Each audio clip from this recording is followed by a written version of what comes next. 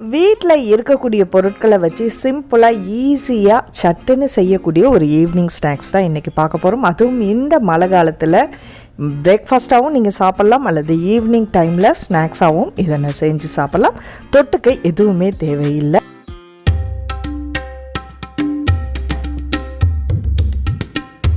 Friends, இன்றைக்கி நம்ம channel Kayal சமையல் பகுதியில் நம்ம பார்க்கக்கூடியது ஒரு சூப்பரான ஸ்நாக்ஸ் ஐட்டம்.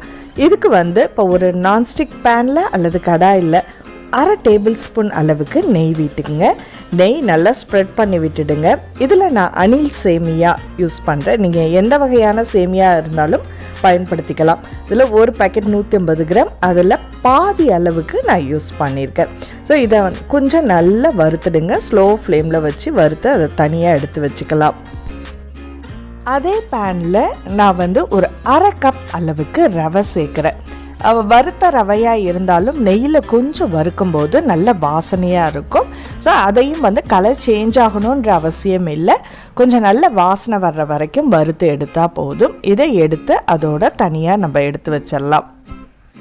சேமியான்றதுனால கொஞ்சம் பெருசு பெருசாக இருக்கும். அதை கொஞ்சம் சூடு பண்ணதுனால வெது வெதுப்பாக இருக்கும்போதே நல்லா உடச்சி விட்டுருங்க. இதோட ஒரு 20-25 பல் அளவுக்கு சின்ன வெங்காயம் எடுத்திருக்கேன். 2 கேரட் துருவி சேர்த்துருக்கேன். இது கூட பச்சை மிளகாய் 1, முந்திரி பருப்பு தேவைப்பட்டால் நீங்கள் சேர்த்துக்கலாம். விருப்பப்பட்ட காரங்களில் நம்ம சேர்த்துக்கலாம்.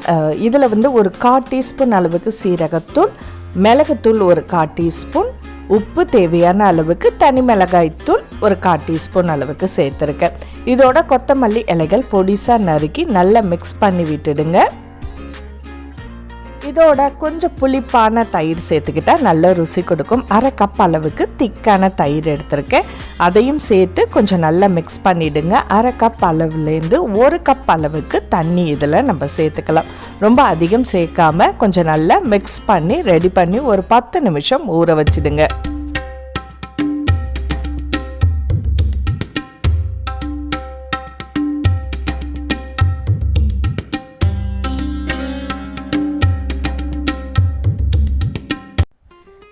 இப்போ இதை குழிப்பணியார சட்டியில் வச்சு நம்ம சுட போகிறோம். இதுக்கு நெய் கொஞ்சமாக ஊற்றிட்டு அதை ஸ்ப்ரெட் பண்ணி விட்டுடுங்க. ஒவ்வொரு குழியிலையும் 1/2 டீஸ்பூன் அளவுக்கு நெய் ஊற்றிட்டு இதை நம்ம வச்சோம்னா இன்னும் வாசனையாக இருக்கும்.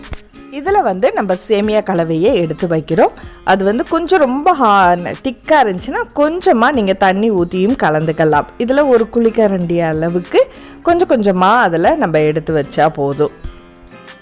இப்போ இதை ஒரு மூடி போட்டு ஒரு 5 மினிட்ஸ் ஸ்லோ ஃப்ளேம்லேயே வச்சு குக் பண்ணுங்கள்.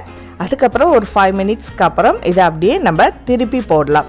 இது திருப்பி போடும்போது மேலே கொஞ்சமாக நெய் ஸ்ப்ரெட் பண்ணிட்டாலும் இன்னும் நல்லாயிருக்கும். ஏன்னா நான் நெய் நிறைய ஊற்றலை, இதில் கொஞ்சமாக தான் 1 ஸ்பூன் அளவுக்கு ஊற்றிட்டு ஃபுல்லாக ஸ்ப்ரெட் பண்ணி விட்டுருக்கேன்.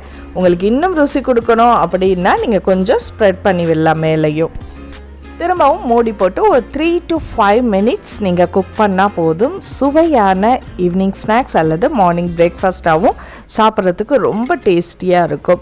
ஸோ இப்போ நமக்கு சூப்பராக ரெடி ஆகிடுச்சு. இது கொஞ்சம் நல்ல கிறிஸ்பியாகவும் நெய் மணத்தோட சாப்பிட்றதுக்கு ரொம்ப டேஸ்டியாக இருக்கும். குழந்தைங்களுக்குலாம் நீங்கள் அப்படியே செஞ்சு கொடுத்தீங்கன்னா போதும், ஈவினிங் டைமில் அவங்க அவ்வளோ விரும்பி சாப்பிடுவாங்க.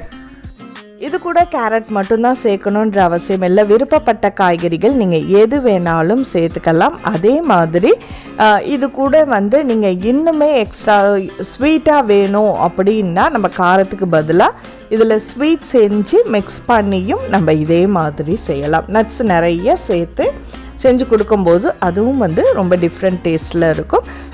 கட்டாயமாக ட்ரை பண்ணி பாருங்கள். இந்த ருசியான ஈவினிங் ஸ்நாக்ஸ் ஐட்டம் அல்லது பிரேக்ஃபாஸ்ட் ஒரு 15 நிமிஷத்துலேயே உங்களுக்கு ரெடி ஆகிடும். கட்டாயமாக உங்கள் வீட்டில் எல்லாருமே ட்ரை பண்ணி பாருங்கள். இந்த வீடியோ உங்களுக்கு பிடிச்சிருந்துச்சுன்னா மறக்காமல் லைக் பண்ணுங்கள், உங்கள் கருத்துக்களை ஷேர் பண்ணுங்கள். அடுத்த ஒரு இன்ட்ரெஸ்டிங்கான வீடியோவில் சந்திப்போம். நன்றி.